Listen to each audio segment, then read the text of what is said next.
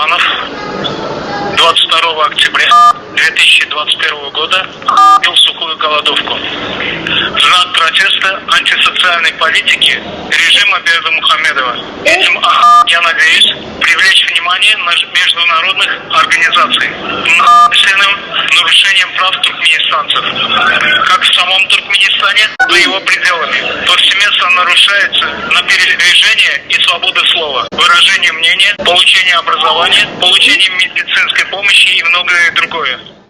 Türkmen aktivistinin açlyk ýylan etmegi. 20-nji oktýabrda Türk häkimetleri tarapyndan tutsak edilen türkmen aktivisti Ahmet Rahmanov Gurbanuly Berdimuhammedowyň rejiminiň antisosial siýasatyna garşy gurok açlyk ýylan etdi. Ol Türkmenistany we daşary ýurtlarda türkmen raýatlarynyň hukuklarynyň köp sanly bozulmagyna halkara jemgyýetçiligiň ünsüni çekmek isleýärin diýip bize habar uğratdy. Açlyk ýylan eden ilkinji gününde Istanbulyň golaýyndaky Tuzla deportasiýa merkezindäki beýleki türkmenler oňa golaw berdiler. Merkezde esasan pasportlaryň möhleti geçen üçin tutulan 100den gowrak türkmen raýaty bar.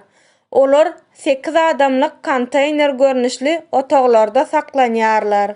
Günün ahyryna merkeziň ýolbaşçylary aýyň ahyryna çenli ähli tutsak edilenleriň meselelerini çözmegi wada berdiler. Ondan soň hereket diňe Ahmet Rahmanov tarapyndan dowam etdirildi. Şuň 4-nji güni.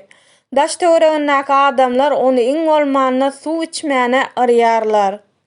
Başga bir aktivist Kamil Abulowyň hem Tuzlada bolanlygy çak edilýär. Üçüncüsü Bayram Allalyýew heniden polisiýa bölümine saklanýar. 25-nji oktýabrda onuň hem deportasiýa merkezine geçirilmegine garaşylýar. Aklawjylar entek aktivistleriň hiç biri bilen duşuşyp bilmediler.